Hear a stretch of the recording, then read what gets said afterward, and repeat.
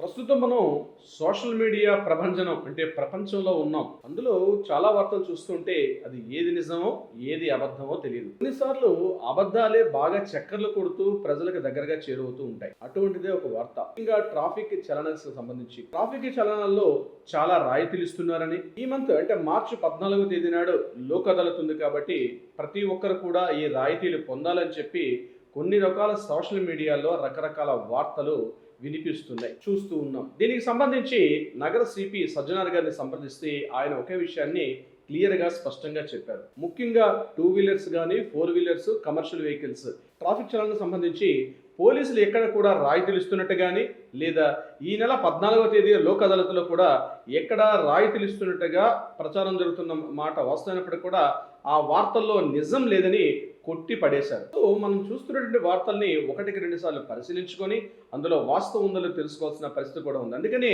ఈ వార్తలు ఎందుకు మీకు తెలియజేస్తున్నాం అంటే, ఇటువంటి ఇన్ఫర్మేషన్ ఎవరైనా సరే రాంగ్ ఇన్ఫర్మేషన్ని మీరు దాన్ని షేర్ చేసినా, లేదా మీరు తెలిసిన వాళ్ళకి అది కంటిన్యూస్గా దీన్ని చెప్పుకుంటూ పోతే మీరు కూడా చట్టం దృష్టిలో దోషులు అవుతారు.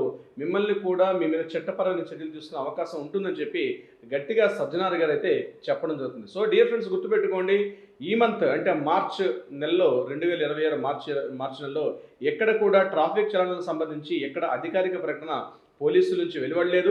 దీనికి సంబంధించి సజ్జనార్ గారు కూడా గట్టిగా చెప్తున్నారు, ఎక్కడ కూడా ఇటువంటి వార్తలు లేవు. ఎవరైనా ఫేక్ ప్రచారాలు చేసినా, దీన్ని షేర్ చేసినా, లేనిపోని వార్తల్ని క్రియేట్ చేస్తే చట్టపరమైన చర్యలు తీసుకుంటారు. సో డియర్ ఫ్రెండ్స్, రాయితీలు అన్నవి చలనాలపైన లేదు.